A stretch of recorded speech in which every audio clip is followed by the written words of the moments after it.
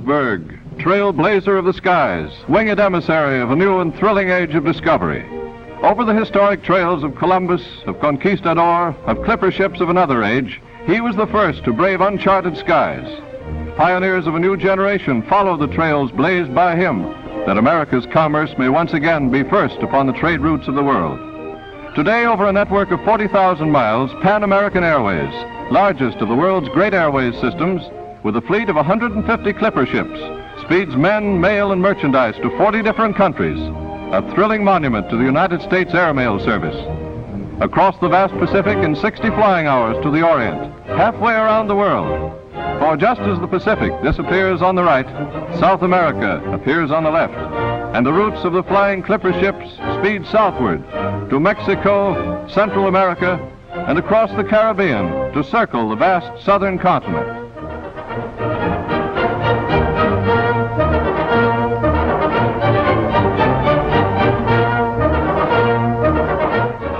Starting our aerial cruise over the famous Lindbergh Trail, our first voyage takes us to Havana. Once days away, aboard one of the giant clipper ships, this gayest of Caribbean capitals is now but 130 minutes from Miami. Eastern International Gateway between the Americas, this port of the clipper ships is the transfer point for the airliners from the north that speed thousands of passengers, tons of mail, and air express for the clippers to wing southward to another continent.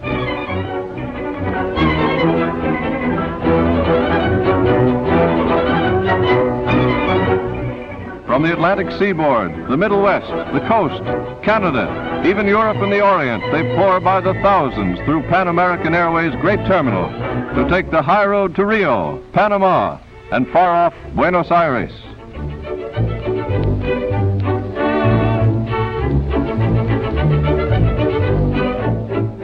On their way to points all over the globe, more than 200,000 sky travelers have passed through here.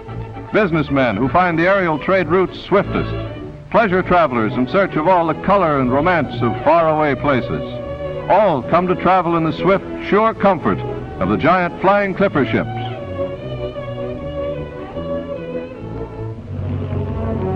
Larger than the ship in which Columbus first crossed the Atlantic, these aerial giants are great 21-ton airliners. Manned by veteran crews of 5 flying officers, they operate with meticulous precision and have a record for dependability unsurpassed by any form of transportation. Across the shimmering waters of Biscayne Bay, the great engines, more powerful than a locomotive, lift us easily into the air.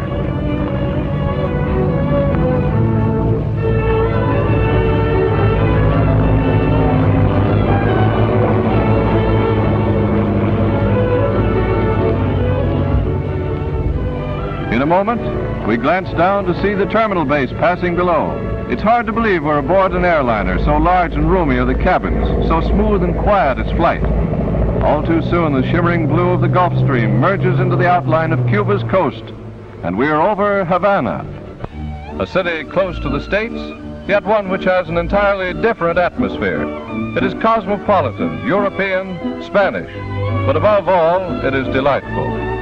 It is now far removed from the days of pillaging and fighting along the Spanish Main, when Havana was a center of attacks from freebooters and pirates.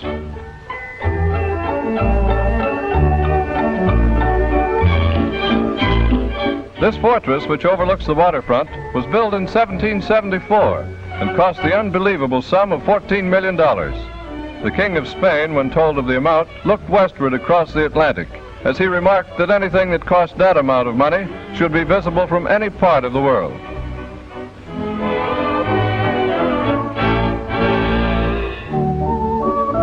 Facing the waterfront is a beautiful domed palace of the President, with a palm-lined walk running down to the ocean. Today, sections of the old wall, which at one time surrounded the entire city, still stand. The Capitol is among the most beautiful and expensive buildings of the world. Its great dome dominates the city. The Prado, where everyone promenades, runs from the sea to the main park, which is surrounded by interesting buildings.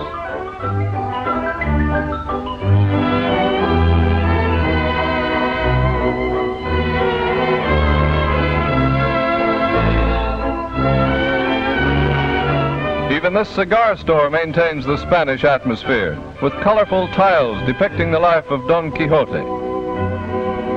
This great old cathedral and the surrounding buildings are among the original Spanish landmarks of Havana.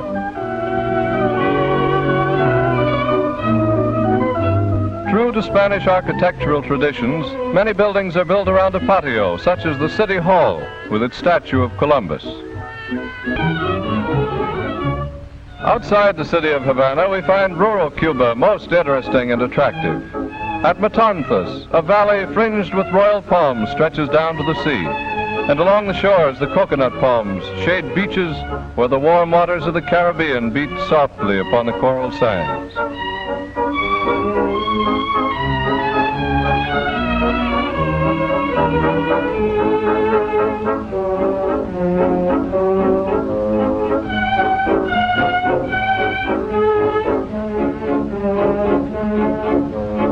At the little village of San Diego de los Baños, the terraced homes could be a hillside in the Pyrenees.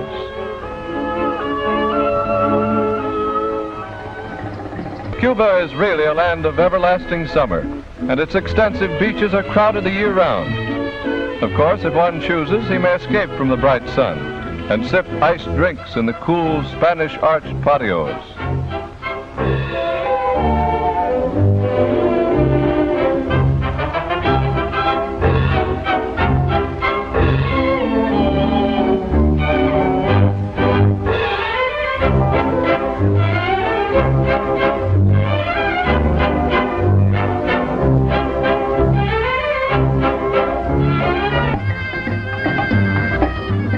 Cuba is always pleasure-loving, but at night, life centers about Havana, where beautiful women and handsome men gather, or meet beneath the stars at...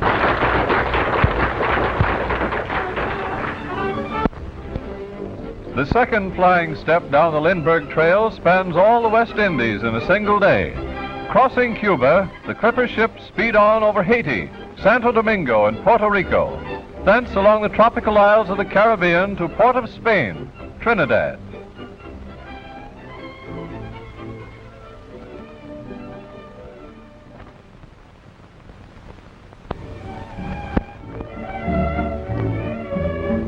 Flying over oceans to new lands is a new thrill.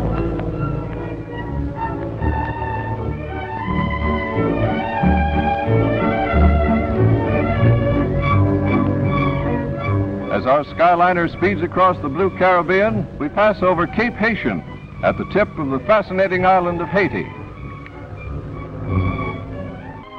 It was here that Christophe, the Black Emperor, made famous in the stories of Emperor Jones and Black Majesty, built his mighty citadel atop a 3,000-foot mountain peak. By means of manpower, such as must have been employed in the building of the pyramids of Egypt, the huge blocks of stone and galleries of cannons were dragged up the almost inaccessibly steep sides of the mountain. Many are the stories of this brutal achievement.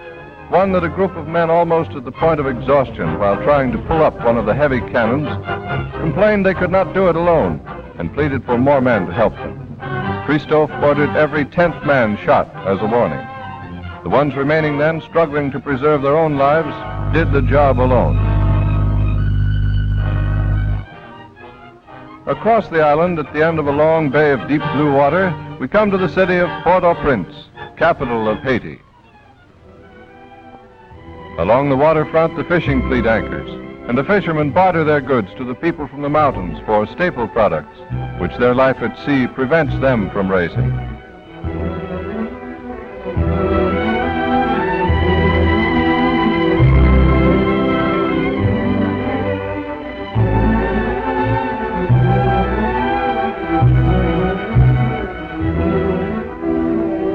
In some of the picturesque villages around Port-au-Prince, the little thatched-roofed houses are very attractive and the people most friendly. Even the women enjoy smoking pipes here.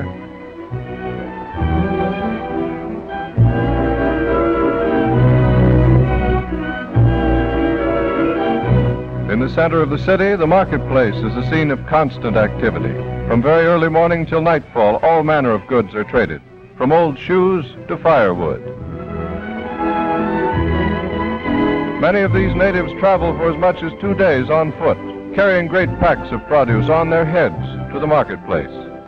The more affluent ones use these little burros for transporting their wares. And if there's room, they climb aboard, too.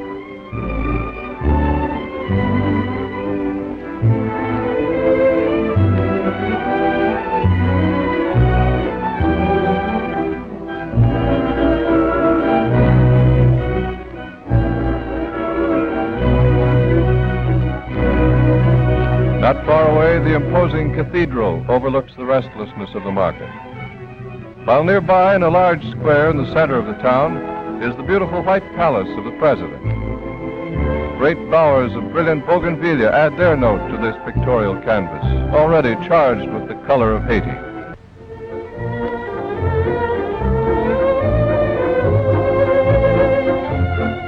Boarding our flying clipper ship again, the motors roar, the checkered flag signals all is clear ahead, and off we go to add more thrilling experiences to our trip in the other islands of the Caribbean.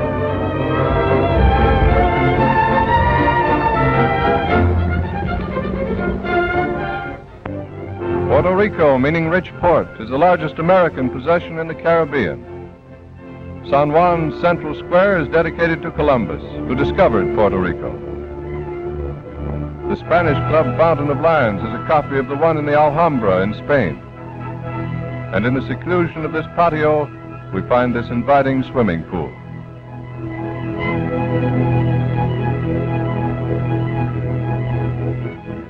The original White House of Ponce de Leon, who discovered Florida in his search for a fountain of youth, stands above the heavy stone walls of the original fortifications of Puerto Rico.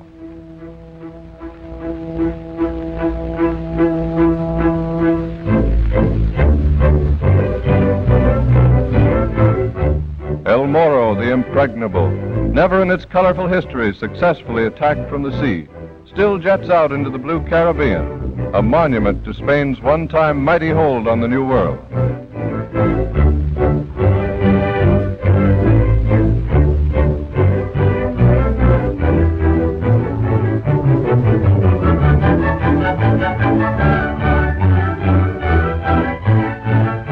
From a sentry box in the walls where Spain kept a constant watch on pirates and enemies, a sentinel mysteriously disappeared one night. And with the setting of the sun, the wash of waves, and cool night breezes, it is filled with ghostly whisperings and is called the Haunted Sentry Box. Blue oceans and cocoa palms are symbols of all the fascinating tropical isles of the Caribbean. Fort de France, the chief city of French Martinique, was the birthplace of Josephine, who through her marriage to Napoleon became Empress of France.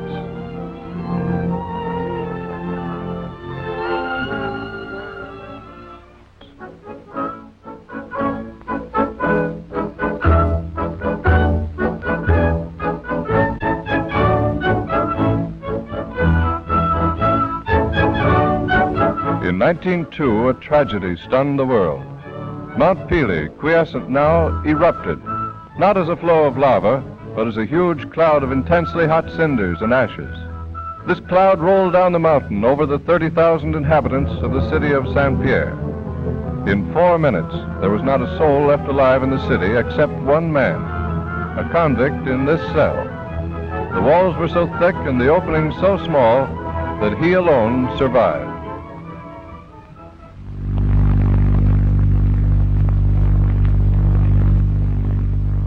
Wings speed us again across the lovely isles of the blue Caribbean, basking in the mild sunshine of the tropics. And we're in Trinidad with its blue waters and palm-fringed shores. Cocoa or chocolate is raised here in abundance. The beans are found inside these fruits, which grow on the main branches of the trees.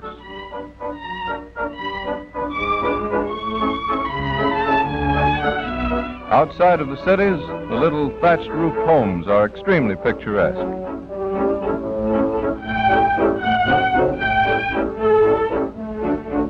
To keep the houses cool, the native people do their cooking outside in mud ovens. This girl is drying cocoa beans in the sun.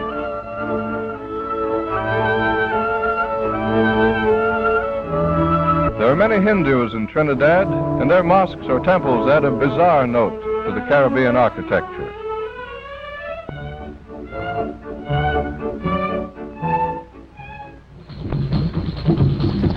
In the courtyard of one of the mosques, to the rhythm of native music, a ceremonial dance is in progress.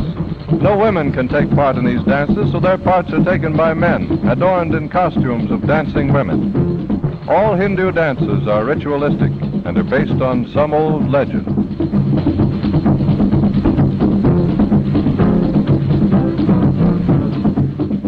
Thus, in a little chain of islands, east meets west. We have found bits of Spain, France, Britain, and a Black Republic.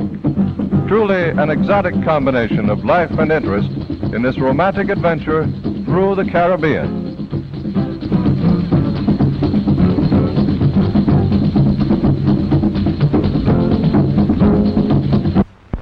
From Port of Spain, the clipper ships cruise over the jungle empires of the three Guianas to the equator and Belém Pará in Brazil. Thence up the great Amazon River to Manaus, a transatlantic steamship terminal 1,000 miles from the sea.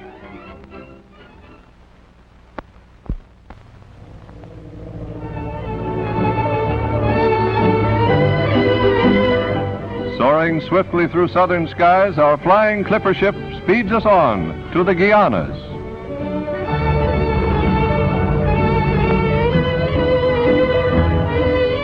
We arrive at Georgetown, the capital of Great Britain's only possession in South America.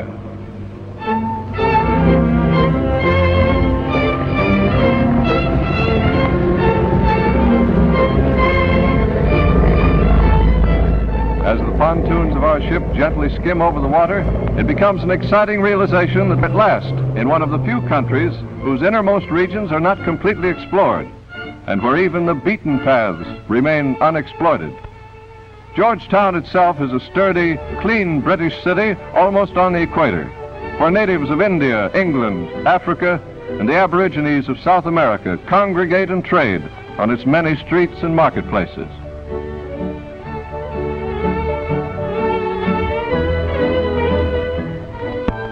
Outside the city, palm-fringed canals lead the way to plantations of sugarcane, then through vast rice fields.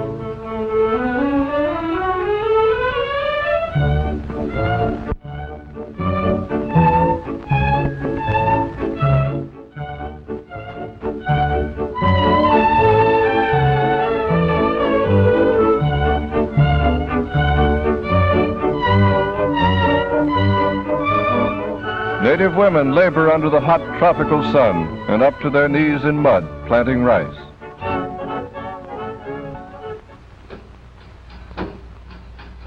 British Guiana is a network of rivers which wind their way through great jungles. In a voyage up one of the great rivers to Kaitour Falls, the unexplored jungle shores are alive with animals which peek at us from the underbrush and trees. We're heading for Kaitour, the most talked of waterfall in the world, and practically inaccessible up to a few years ago. Situated in the heart of a South American jungle, it is now waiting for the tourist explorer who wants to visit the lesser-known parts of the world, to see the more rugged side of nature on this great continent of romantic legend and brave discovery.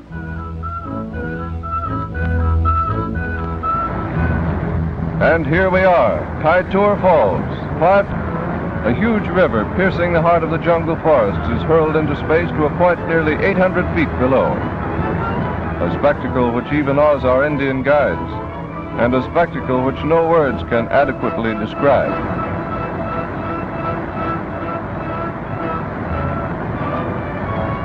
As in our own Grand Canyon, everything in this mighty panorama is on such a huge scale that one loses his correct perceptions of size. However, when one realizes that the entire Woolworth or Chrysler buildings could be placed beneath the falls with still room to spare, an idea of its great magnitude may be achieved. Exploring rivers deeper into the center of the jungle, we find a people whose African ancestors escaped or were left by the slave traders of over a century ago, as their ships made port in the Guianas. Going into the interior, they now live as their forefathers lived in the African jungles, untouched by the modern world. A harmless, uncivilized race of people, hiding in the dense jungles from the eyes of the outer world.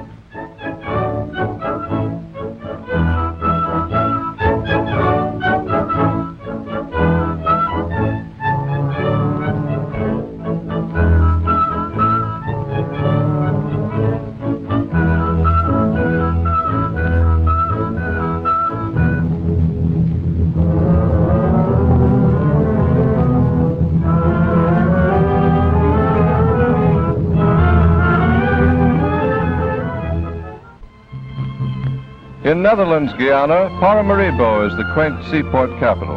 In Government Square, the atmosphere is most colonial, with the Court of Justice building and Government House, in front of which stands the monument of Queen Wilhelmina of Holland.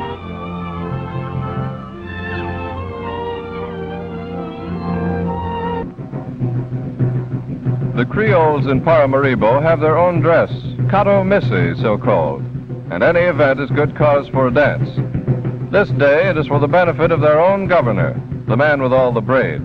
Not an official governor, to be sure, but the most socially prominent man in their own circle, and probably the only man in town with a complete uniform and lots of gold braid.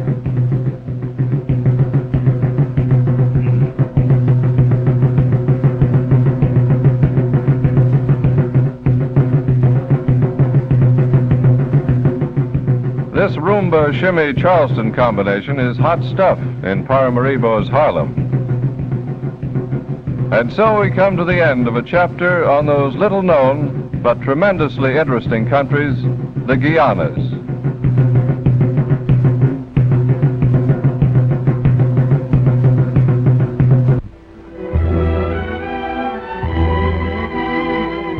Near the mouth of the mighty Amazon River is the city of Belém, Pará, Brazil.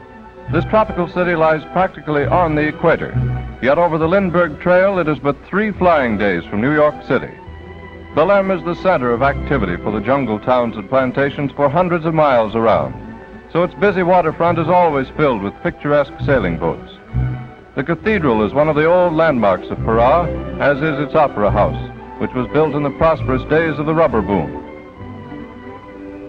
Across the red-tiled rooftops, one could see the edge of the great jungles, which are wild and in many parts unexplored. Due to the fact that there are no railroads or highways in this section of Brazil, this city has a modern harbor, constantly filled with ships from all over the world.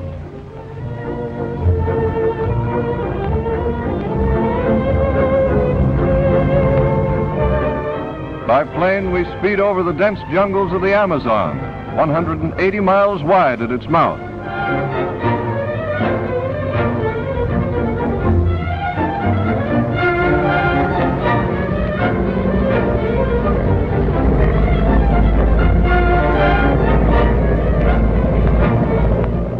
In a few hours, we are flying over Manaus, 1,000 miles up the Amazon, Brazil's great metropolis in the center of the jungle.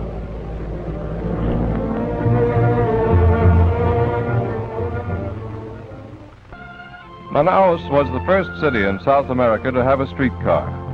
Imagine this magnificent million-dollar opera house with its blue and gold tiled roof brought from the jungles, and this beautiful cathedral in the 1900s, when Manaus was the center of the world's rubber market, and when money flowed into the city as rapidly as the Amazon flows past its door. Today it has but a shadow of its former grandeur, but to us it is the starting point of a thrilling adventure in the great interior of the Amazon basin. Traveling up some of the smaller rivers, tributaries of the Amazon, we get our first intimate glimpse of real jungles.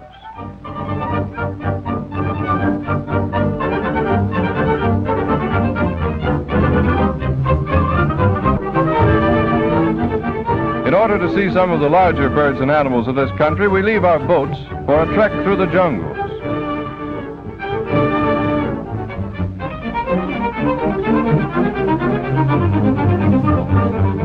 This stork-like fellow with the bulgy neck is a species of the many kinds of wading birds which inhabit the equatorial lowlands.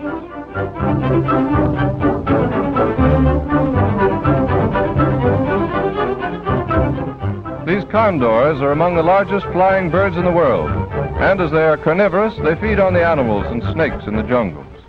To them and other vultures falls the job of keeping the forests clean and free from decaying animal matter.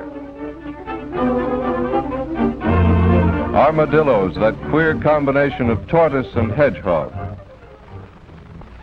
In the underbrush, we come upon a most curious animal, the anteater. Equipped with a long snout, he can burrow into anthills and often uses his stiff, bristly tail to sweep over the ground and brush the ants into a pile.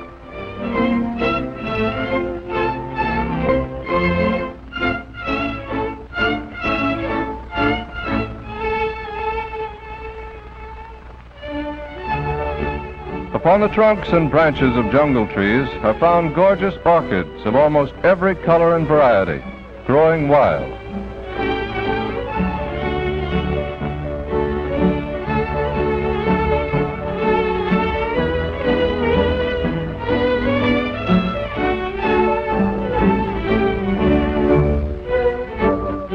Many of the orchids are so delicately patterned that they look not unlike lovely butterflies.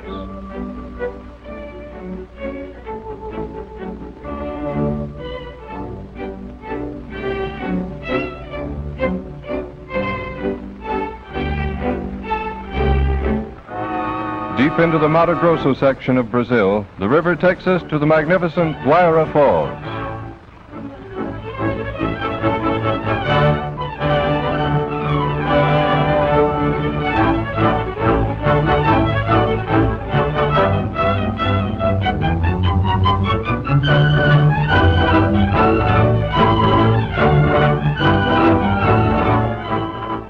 This great river rushes through narrow, impassable chasms on its way to the sea. A spectacular climax to our unusual jungle adventure.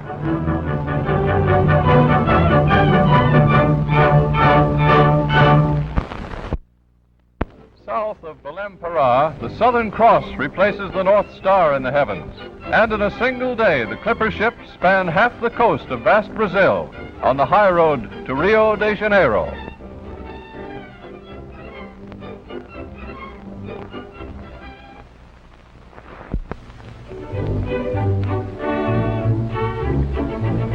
Flying down to Rio.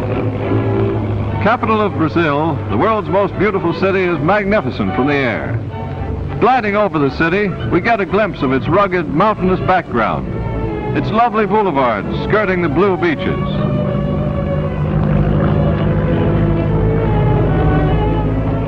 And Rio Harbor, the finest harbor in the world, and for which it is justly famous.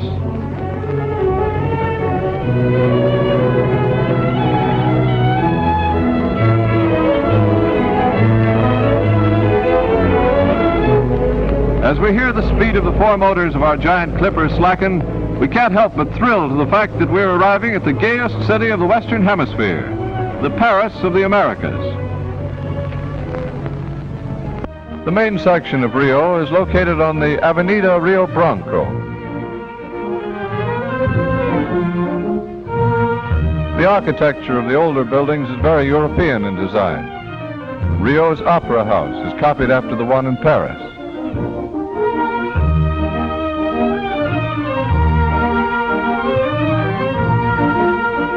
An oriental touch in architecture is found on one of the narrow side streets, which are crowded during the busy hours of the day.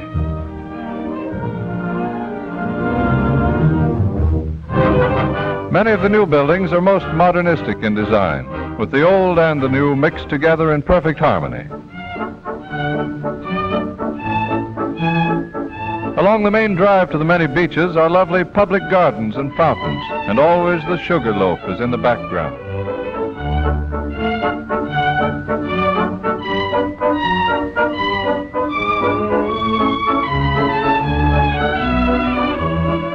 Sailing is a popular sport. Rio is a city of color, so it is no surprise to see many red sailboats decorating the brilliant blue waters of its many bays.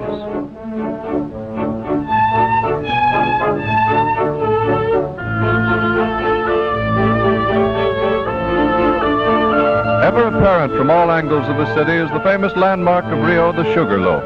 Rising abruptly from the sea to a height of 1,100 feet, it stands like a great sentinel guarding the harbor. One may take a cable car to the top of the Sugar Loaf by day or by night. In the daytime, the panorama of the city lies below. At night, it is equally interesting to look down upon the thousands of lights in the magic city.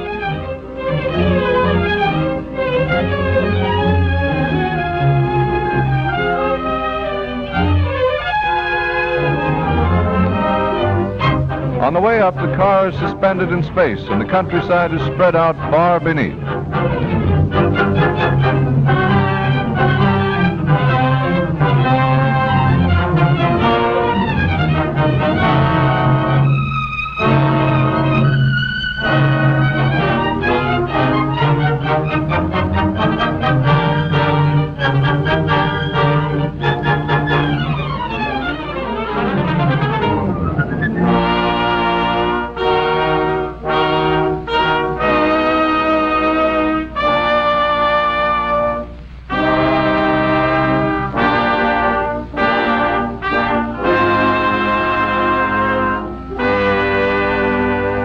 Arriving at the top, we realize how high we are, for the whole section of the country is visible as far as the eye can see.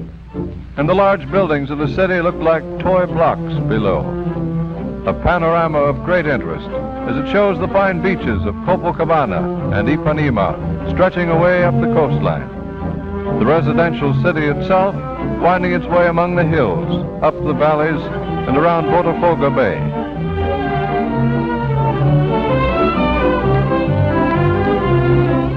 Concorvada is the highest of the many hills, and on its top is a huge statue of Christ, visible day and night from all parts of the city.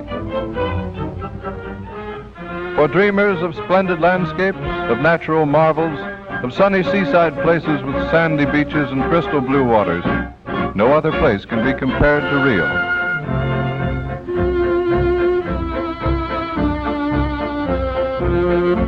Copacabana, the most popular of Rio's beaches, is always crowded with swimmers and sun worshippers.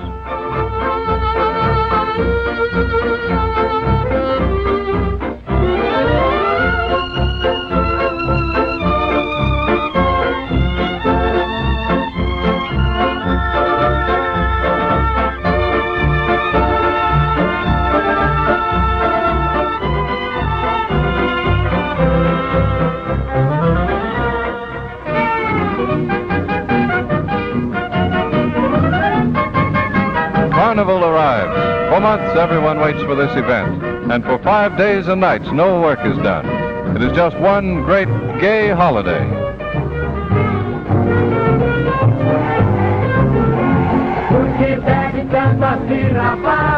Everyone costumes himself for the event. Some fantastic, some beautiful, some comical, and some mildly insane. But all for one purpose. Everything is sacrificed to joy. Special carnival songs are written each year for this event, and the crowds sing and move to their tempo through the crowded streets. An entire city of nearly 2 million people, all costumed and happy, give up all thought of past or future. It is Carnival, and only Carnival counts.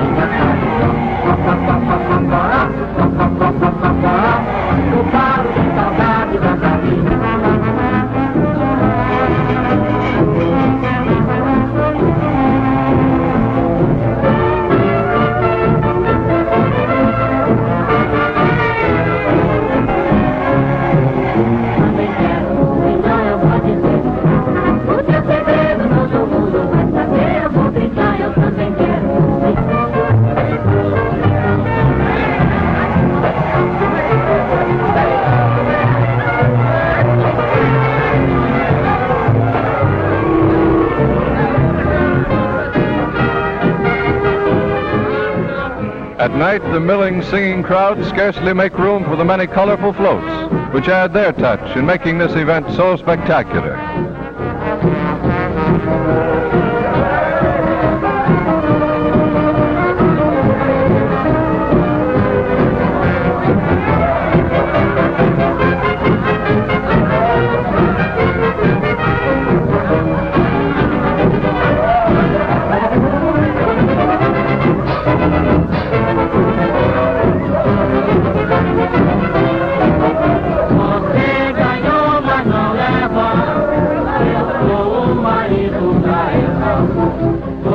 Night and day, this fantastic carnival continues.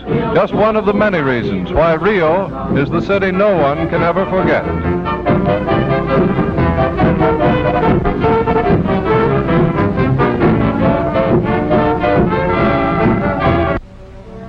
Not many miles beyond Brazil's gay capital lies the peaceful city of Sao Paulo, world capital of the coffee industry.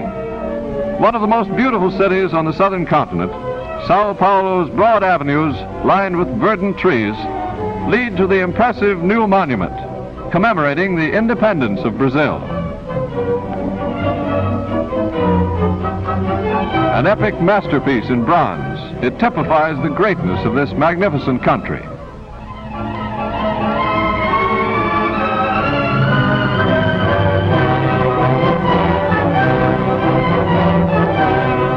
The landscapes and buildings of the Ipiranga Museum, with its gardens and fountains, remind one of Versailles.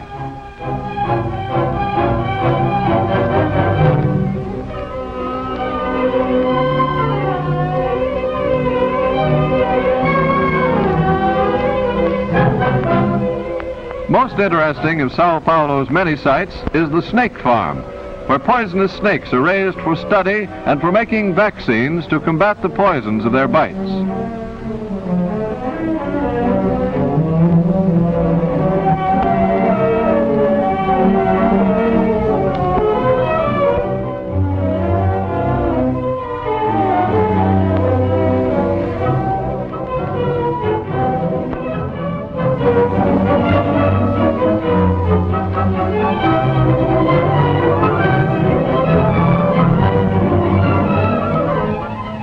Familiarity certainly breeds contempt, for this man pays no attention to the many vicious rattlers around him.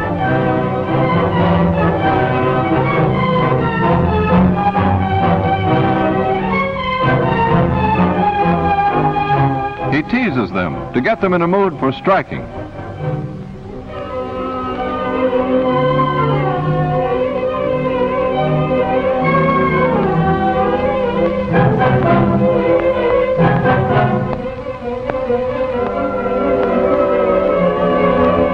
He and the doctor, by careful manipulation, force the rattler into giving up the deadly poison from its cruelly fanged mouth.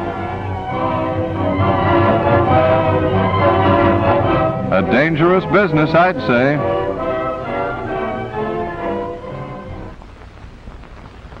To the land of the Argentine on the River of Silver, the clipper ships soar on down the coast over lovely South Brazil to Montevideo, then up the River of Silver itself to the giant city of the southern hemisphere, Buenos Aires.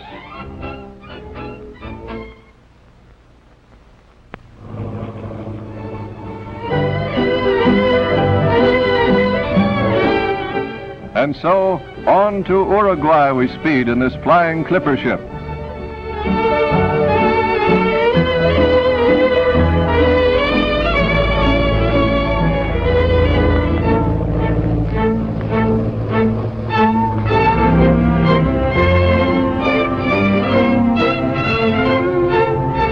Imagine eating a full-course dinner while flying at nearly 200 miles an hour, 8,000 feet in the air. A fascinating thrill for even the most seasoned traveler.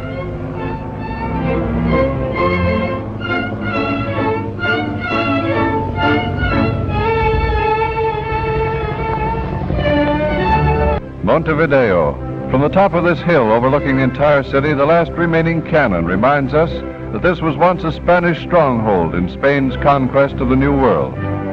The capital of Uruguay is a busy, modern city with a splendid harbor.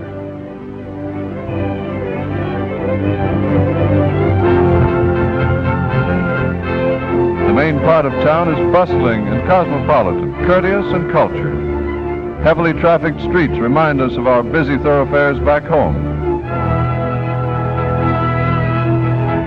True to all the capitals of South America, the buildings of Montevideo hold their own in architectural beauty.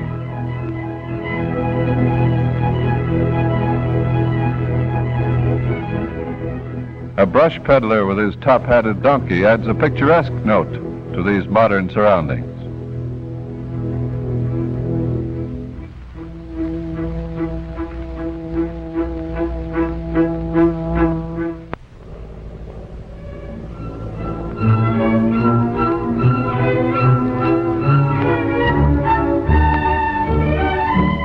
Flying along the coast of South America, en route to Buenos Aires, we pass over many picturesque old Spanish cities.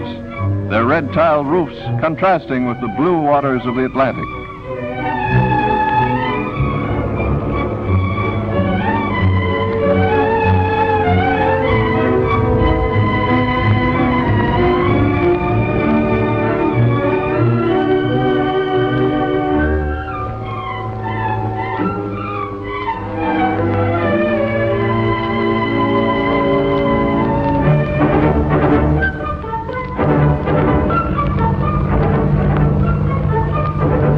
Buenos Aires is the biggest business city in South America and the third largest city in the Western Hemisphere. In a huge square is the Palace of Justice, which faces the Theater Colón, Buenos Aires Opera House.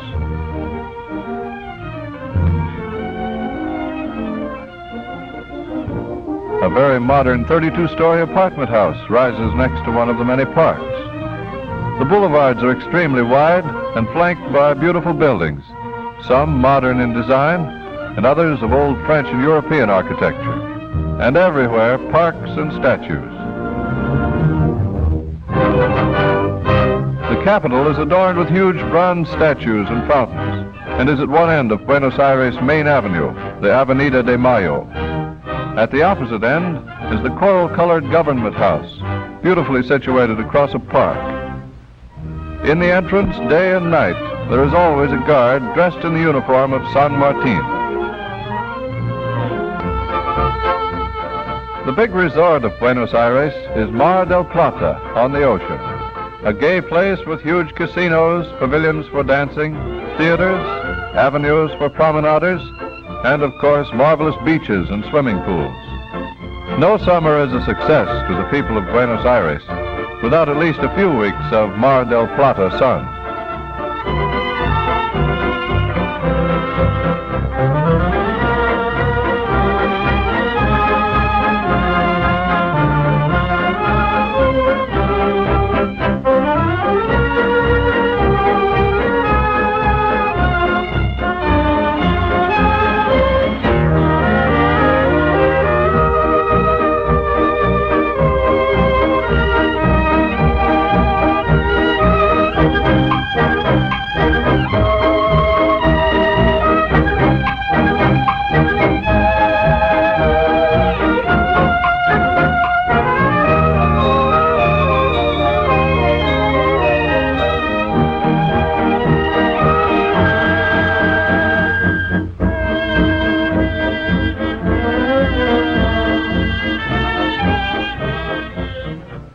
Near the beginning of the Andes Mountains in the western part of Argentina is found a valley carved out with fantastically shaped earth and rock formations. It is rightly named the Enchanted Valley. The big shaft of stone is called the Finger of God.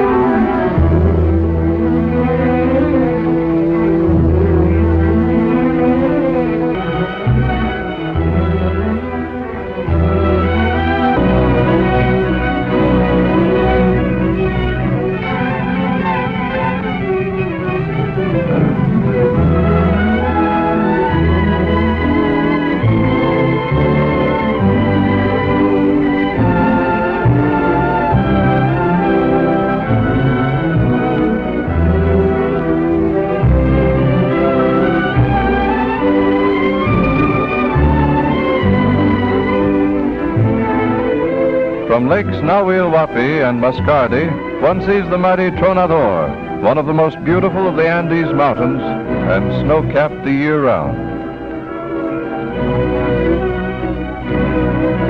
Many of the people in this section of the country still use oxen as beasts of burden. Iguazu Falls on the border between Brazil and Argentina is one of the most awe-inspiring spectacles in the whole world. In the midst of a subtropical virgin forest, a vast volume of water pours endlessly over a total width of nearly 3 miles, to drop 300 feet to a roaring river below.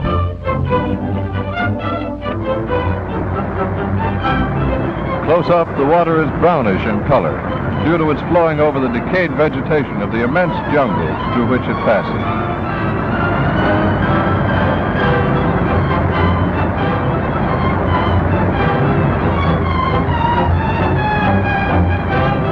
The force of the water sends up clouds of vapor and gives rise to rainbows everywhere.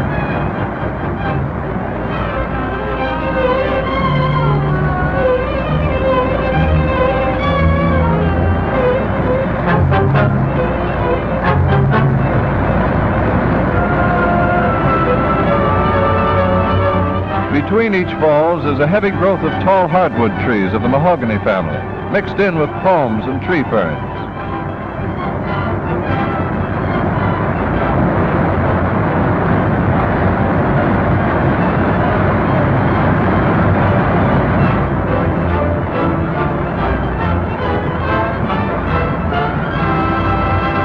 This great falls is a fitting climax to our jaunt through Argentina, a great country foresighted enough to preserve all of its natural beauties for generations yet to come.